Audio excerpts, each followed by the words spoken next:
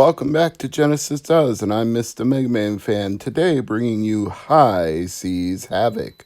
This game came out in North America August 16th, 1993, Japan April 22nd, 1994, and in PAL territories at some unknown date in 1994. This makes this another one of those rare Sega Genesis games that got released in North America first, and when it was released in Japan, it was known, for whatever reason, as Captain Lang. And in Europe, they called it Captain Havoc. Not Captain Havoc, but Captain Havoc. CAPT''N. Why they couldn't have just gone Captain without the T, I don't know, but maybe that's the way they abbreviate Captain in Europe. Somebody there will have to tell me. Anyway, back to the game itself. There is a plot here that is actually explained in the introduction, so even if you don't have the manual, you can follow along. But to make a long story short, you are a pirate. Yeah, no, seriously. You are a pirate named Havoc, and you rescue a girl named Bridget who washes up on your shore, and she's on the run from an evil pirate named Bernardo.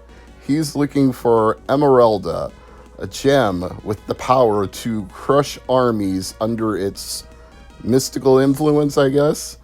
The emerald that you see in the intro of the game looks very much like a Final Fantasy crystal, and it even sounds like the intro to a Final Fantasy game. But once you get into the game itself, it's not an RPG, it's a side-scrolling platformer, and one that less kind people have said is a rip-off of Sonic the Hedgehog. I will beg to differ somewhat. I get what they mean by that, because your methods of attack are either to bop things on the head as you run along, or kind of do a kickflip in the air while you jump. For a swashbuckling pirate, though, he's surprisingly bereft of weapons. Now, on the cover of the game, he appears to have a sword in one hand and the Emeralda in the other hand, but you don't really swing a sword at your enemies in the game, and you don't shoot them with a cannon from a pirate ship either. You don't even have a pistol that you would load with gunpowder and fire a single-shot projectile out of like old-timey pirate guns. You don't have anything like that, just your ability to run and bop things on the head in mid-air or just by jumping directly on top of them. And hazards are everywhere. The enemy pirates have left mines, and when you walk over them, you die. When you run into the spikes, you die. You get shot by one of their cannons, you die. There are lots of things to kill you, and very few ways for you to kill them. So, Sonic-esque? Definitely. But do you pick up the amount of speed that Sonic does when he's running through platforming levels? Not really. Maybe it's a little more akin to Sonic 1, where you don't always get super speed. Definitely not akin to Sonic 2, where you can really blaze if you want to. Not Sonic Mania, maybe a little bit like Sonic 3, but I digress. The point is, I see what the comparison is. I just don't think it's one-to-one. And the biggest reason why is nothing that I've named yet. It's the controls. Your protagonist, the aforementioned Havoc, is very, very slippery when you try to move him. When Sonic lands, he has a certain amount of gravity that anchors him in place when he hits the ground. But with Havoc, you start moving slowly and you stop moving slowly, and it's hard to be precise when you're trying to platform.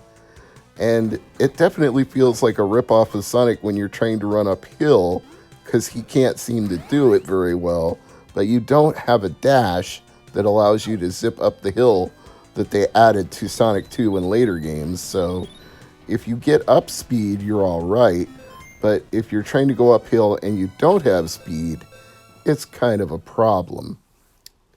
And as for the game on the whole, well, I think I'd appreciate it more if it was a little easier to control. There are interesting aspects to it, like the comedic pratfalls that befall your seal when he gets hit by a barrel over the head and he wobbles around with it on his head like a cartoon. That's pretty cool. And I guess there's some Tom and Jerry-esque elements other than that, like getting hit with a cannon makes you turn black like you've just been blasted. It's alright. I get the style they're going for. It's well animated. It's cartoony and cheerful and amusing at times. The imprecision of the platforming takes away from all of that and really drags it down.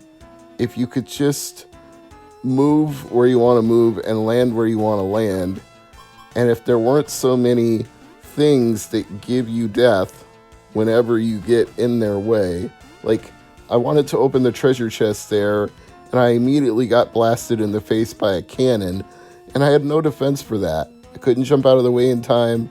I don't have a shield or anything. It's like immediate punishment for wanting to claim the item. Like, you want the treasure chest, but then you get screwed for it. I guess if you knew it was there and you knew the cannons were there, you could time it.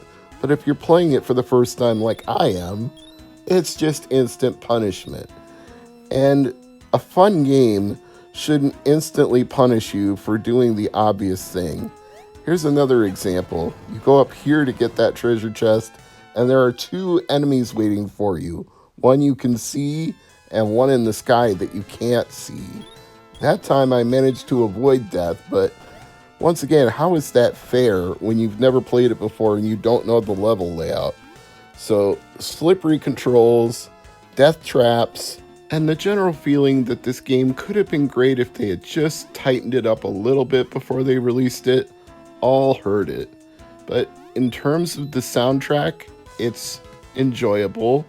The parallax scrolling of the ocean and the clouds is definitely impressive. The overall look and feel, other than the controls, spot on. It's got a lot of charm. It's just very frustrating that they didn't nail it down the way I just got nailed down there by a cannon shot. Once again, something you couldn't see before it hit you, and then it got you. And the way you take hits, it's just infuriating. It's very easy to die over and over again in a very short amount of time. I also don't understand this level layout. There were so many save rings that you could hit in the opening Cape Seal level. Fun.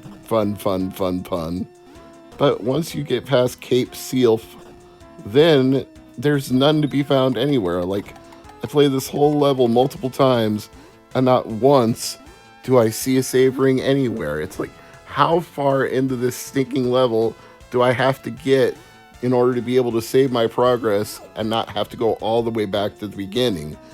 Now, if you're playing it with save states, that's probably not a problem. But I'm not. I'm playing it the way I would play it on an actual Sega Genesis, and I just got game overed. There are a few other things to discuss about High Seas Havoc, though. One of them is the fact that it's got a orchestra where you can actually go through and play all of the songs from the different levels of the game. You know, it's just a soundtrack player, but they label it orchestra, and they actually give him an orchestra pit and let Havoc lead the orchestra. Presumably the evil Bernardo who wants Emeralda is not part of the orchestra, but still a very cute idea.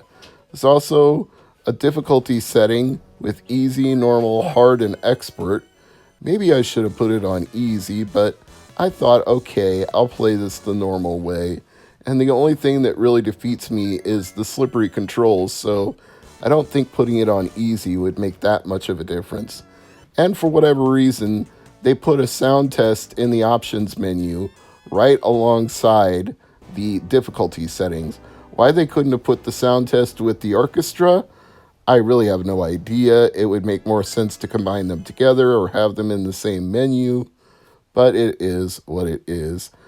I will say that these sound effects are very interesting musically speaking, that if you wanted to sample them from out of the game, you could actually orchestrate a pretty good chiptune. There's a drum set in there. There's a full scale of notes in there.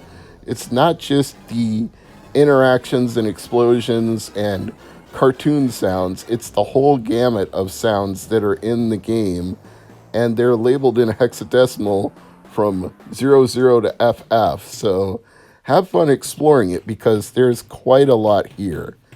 Anyway, High Seas Havoc is good, but it's not great.